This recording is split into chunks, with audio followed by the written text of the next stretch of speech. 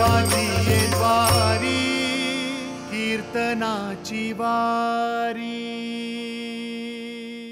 पांडुरंगा करू प्रथम नमन दुसरे चरण संताची त्यांच्या कृपादाने कथेचा विस्तारू बाबाजी सद्गुरु दास तुका लोकाभिरामम रणरंगधीरम राजीव नेत्रम रघुवंशनाथम कारुण्य रूपम करुणाकरंतम श्रीरामचंद्रम शरणं प्रपदे मनोजवं मारुततुल्यवेगं जितेन्द्रियं बुद्धिमतां वरिष्ठं वातात्मजं वानरयुतमुख्यं श्रीरामदूतं शरणं प्रपद्ये गंगा विशुद्धं नितपादस्पर्शं सर्वविष्टितं चुंबितं पुण्यस्थानं सराले स्थितं तं समाधिस्थमूर्ति नमामि गंगागिरियोगिराजं तपोज्ञान वैराग्य भक्तिस्वरूपं सदा अलंकृतं साधु संन्यासयोगं मुखे यस्य वेदांत शास्त्रार्थनीतिं नमो नारायण गिरिजी ब्रह्मस्वरूपं रायगडी मंदिरे वसे माझा राया चरणासी अर्पितो अजन्म ही काया ज्यांची ख्याती जोडली जगदीश्वराशी तया छत्रपतीच्या चरणकमलाशी साष्टांग नमन करीत असो।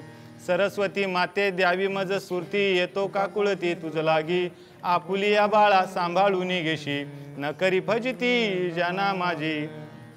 ओम नमो ज्ञानेश्वरा करुणा करा दयाळा तुमचा अनुग्रह लादलो पावन झालो चराचरी जयांचे केलिया स्मरण होय सकळ विद्यांचे अधिकरण तेची वंदू श्रीचरण श्रीगुरूंचे ते नमस्कारून आता जन्मालो त्याचे आजी फळ झाले साचे तुम्ही सांभाळिले संती भय निरसली खांते विठ्ठल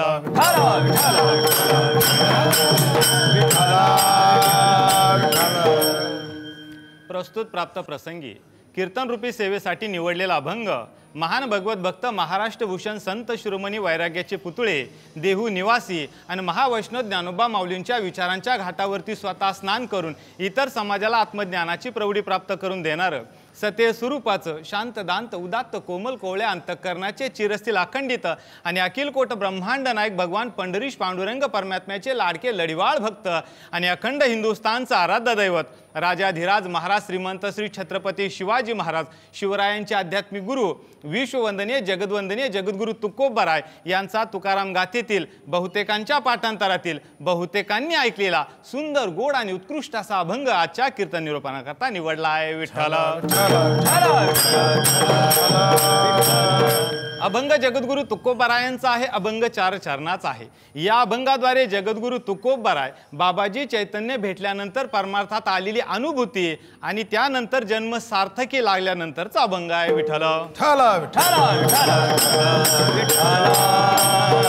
अभंगाचा भावार्थ लक्षपूर्वक ऐका माय बापांनो, कारण आपलं सर्व कीर्तन याच अभंगात आहे। जन्मालो त्याचे मी जन्माला का आलो त्यामागचं कारण काय आलेल्या कारणाचा लागलेला शोध आणि नुसता शोध नाही लागला तर ते कारण सिद्धीच गेलं हे ज्यावेळेस तुकोबरायांना कळालं त्यावेळेस तुकोबराय म्हणतात आजी फळ झाले साचे। साचे म्हणजे खरं आज त्या गोष्टीचं फळ खरं झालं कशामुळं तर तुम्ही सांभाळिले संती तुमच्यासारख्या संतांनी सांभाळ केला म्हणून। मग सांभाळ केला म्हणजे नेमकं काय केलं तर आमच्या अंतःकरणामध्ये असणारी भय भीती अज्ञान अंधकार नष्ट केला परिणाम भय निरसली खांती।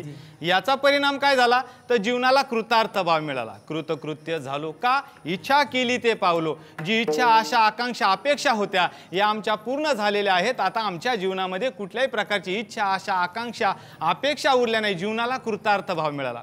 कृतार्थ भाव केव्हा निर्माण होत असतो आई तर ज्यावेळेस माणसाच्या अंतःकरणामध्ये असणारे काम क्रोध लोभ मोह मद मत्सर दंभ अहंकार हे विकार बाजूला होतात हे विकार गळून जातात आणि एकदा की हे विकार बाजूला झाले की त्यावेळेस माणसाच्या जीवनाला कृतार्थ भाव लाभत असतो आणि एकदा की जीवनाला कृतार्थ भाव लाभला की मग त्यांचं काळही काही करू शकत नाही। कोणता काळ घडी घडी काळ वाट याची पाहे अजून किती आहे अवकाश। कोणता काळ जगा काळ खाये आम्ही माथा दिला पाय तो काळ त्या काळाचंही भयभीती राहिली नाही। तुका म्हणे काळ आता करू न शके बळ। अभंगाचा सरळ सरळ भावार्थ संपला आपलं कीर्तन। विठ्ठल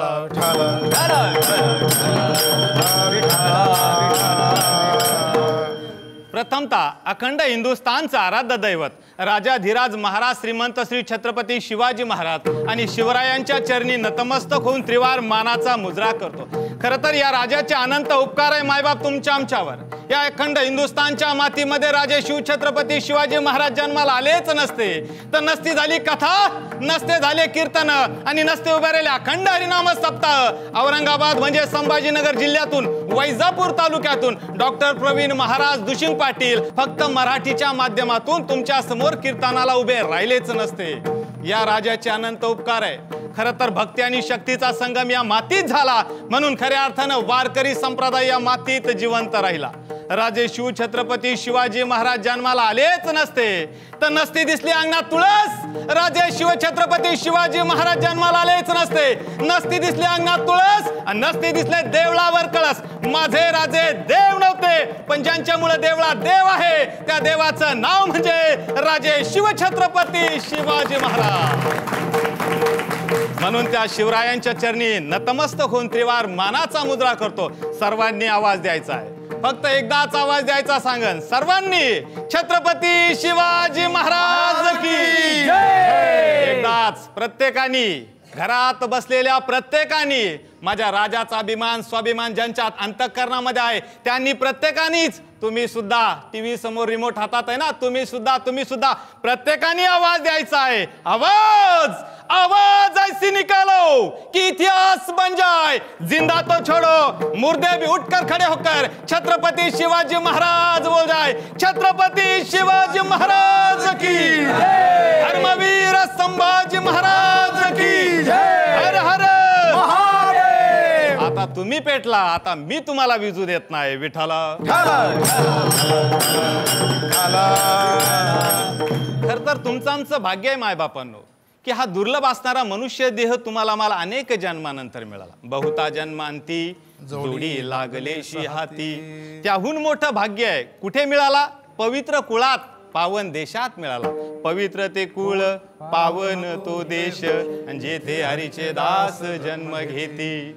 नाथबाबा सांगतात भरतखंडे नरदेह प्राप्ती येतो परम भाग्याची संपत्ती। तुमचं आमचं भाग्य आहे त्याहून मोठं भाग्य शूरांच्या वीरांच्या साधूंच्या संतांच्या पदस्पर्शानं पावन पुण्यभूमी महाराष्ट्र आणि या महाराष्ट्राच्या मातीत तुमचा आमचा जन्म झालाय। खरं तर मनुष्यदेह मिळणं वेगळं, लक्षपूर्वक आहे का? खरं तर मनुष्यदेह मिळणं वेगळं, मिळाल्यानंतर कळणं वेगळं आणि कळाल्यानंतर तो सार्थकी लावणं वेगळं। खरं तर बऱ्याच गोष्टी आम्हाला कळत असतात, कळाल्यानंतर त्या मिळत असतात आणि त्यातून खूप काही शिकायचं असतं। जसं कोरोना व्हायरस आला आणि तुम्हाला मला खूप काही शिकून गेला। कोरोना व्हायरस आला आणि माणसातला माणूस जागा झाला। कोरोना व्हायरस आला आणि दुरावलेली नाती जवळ करून गेला।